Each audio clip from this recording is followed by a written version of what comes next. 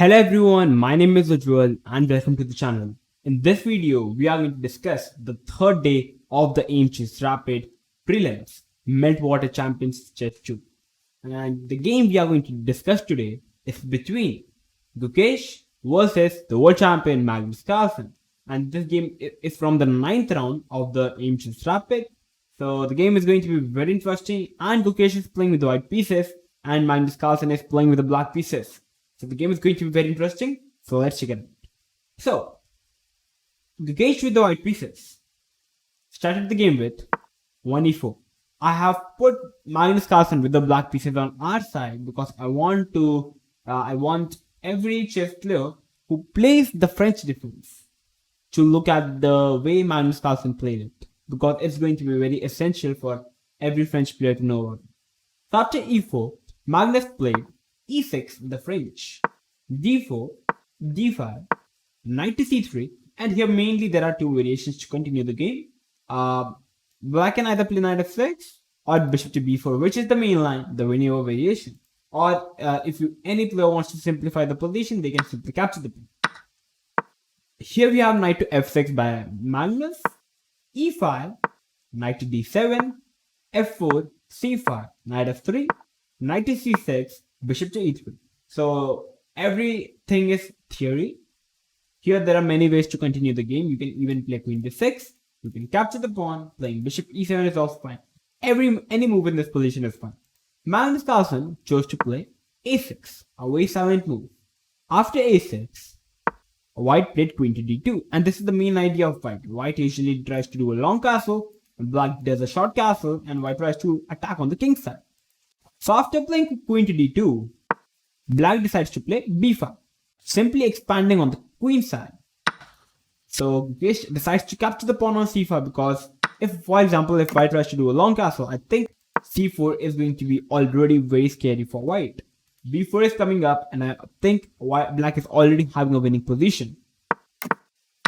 So Gukesh wanted to simplify the position a little bit, so he decided to capture the pawn on c5. Bishop into c5, bishop into c5, knight into c5. So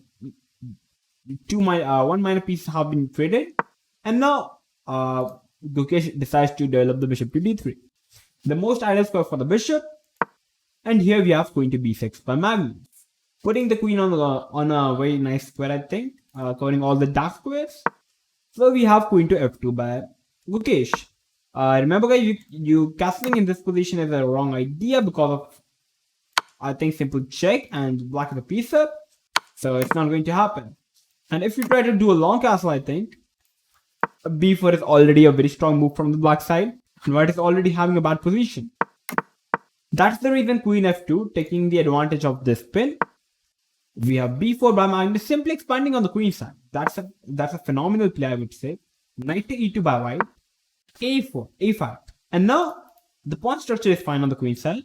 And you will see after short castle, Magnus developed the bishop to a6. And usually in the French defense, like the main problem in the French is the light square bishop. And once the light square bishop is traded, I think black is doing pretty fine.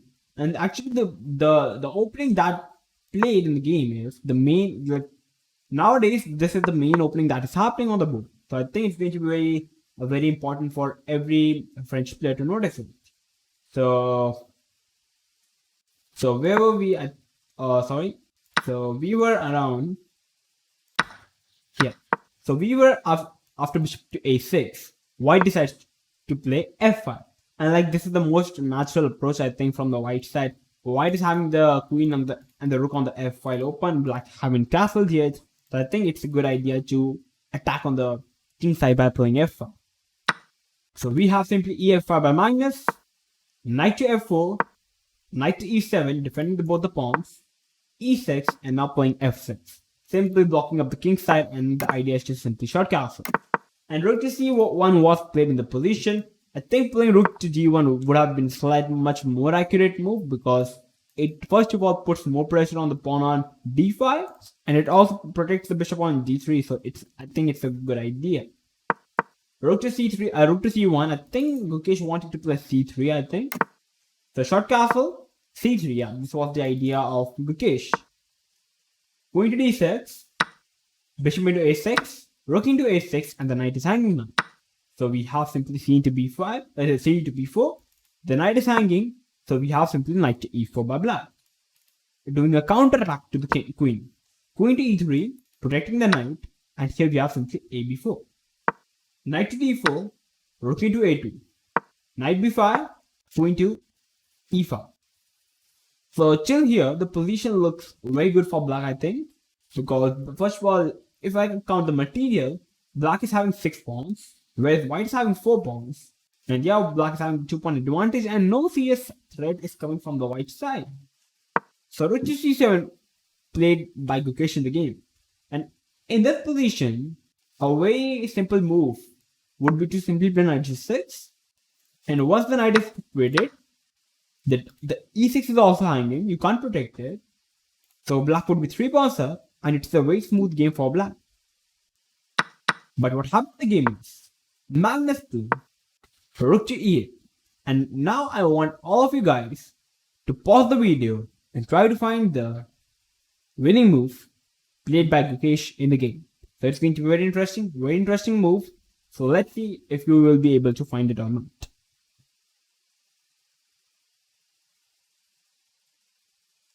Okay, so I hope that you have given yourself nice deep thought and you must have found the move queen to b6. Fantastic, classy move, I would say. There are 2 ideas behind playing queen to b6 in this position. First of all, white wants to capture the knight on e7 on the next move. For example, if I make a random move like rook into b2, now simply rook into e7. If you try to capture the rook, queen check, the king is having no square to go, the rook is forced to go back, queen into e8, and it's game over, checkmate. That's the reason rook into b2 is not possible. So this was the first idea. And the second and the most important idea, I would say, for example, after rook into b2, we simply have knight to d3. And guess what? The queen is trapped in the center of the board. There is no space for the queen to go. The black queen cannot capture the pawn because the queen is protecting the pawn from the b6 square. That's the idea of putting the queen on b6. And the queen is having no square because every square is covered by some piece or another. So basically the queen is trapped and it's completely winning position for it. This was the main idea of playing queen to b6. A fantastic move found by Gukesh. And if you found it, then congratulations, you're expert. So knight to g5 was played by Magnus. He didn't want it to trap his queen on the center of the board. So he played knight to g5. And now as expected, rook into e7 came up. And now Gukesh is simply a piece up with a very nice position, a pass pawn. So rook was forced to move from the e8 square because the rook was simply hanging. And now queen to c7. The idea is to simply capture the pawn on g7. And even if you try to trade off the queens, I believe after knight into c7, white pawn is too strong. White is a piece up. Everything is falling apart for white, and it's completely winning. So after queen c7, Magnus give a check to the white king by playing queen e3 check, king h1, and on the move number 29. After playing king h1, Magnus Carlsen with the black pieces decides to resign the game against Gukesh because there is nothing you can do about rook into g7 and the game is simply collapsing. So I would say a brilliant game played by both the players. Till the end game, I would say Magnus Carlsen played a fantastic French defense with the black pieces. But in the end game, at a certain point where he was completely winning, he simply missed the move queen to b6, which was a curse for Magnus. I think he simply missed knight g3 is coming up, rook into e7 is coming up. You can't stop both attacks. So the queen is being trapped on the center of the board. So like it's very rare you see these types of moves in a rapid format game. So I hope that you guys have liked the analysis of the game and all the French players. I hope that you must have learned something from the game because I think it's the right way to play the French defense. Because this particular variation is being very much popular and you can start playing a6 in this particular position. The idea is to play b5 and stuff like this, and you can start push your queenside pawns and put your bishop to a6, develop your light square bishop, and I think you would be having a good position. So, but just remember, don't blunder the way Magnus did. Drop your queen on the center of the board.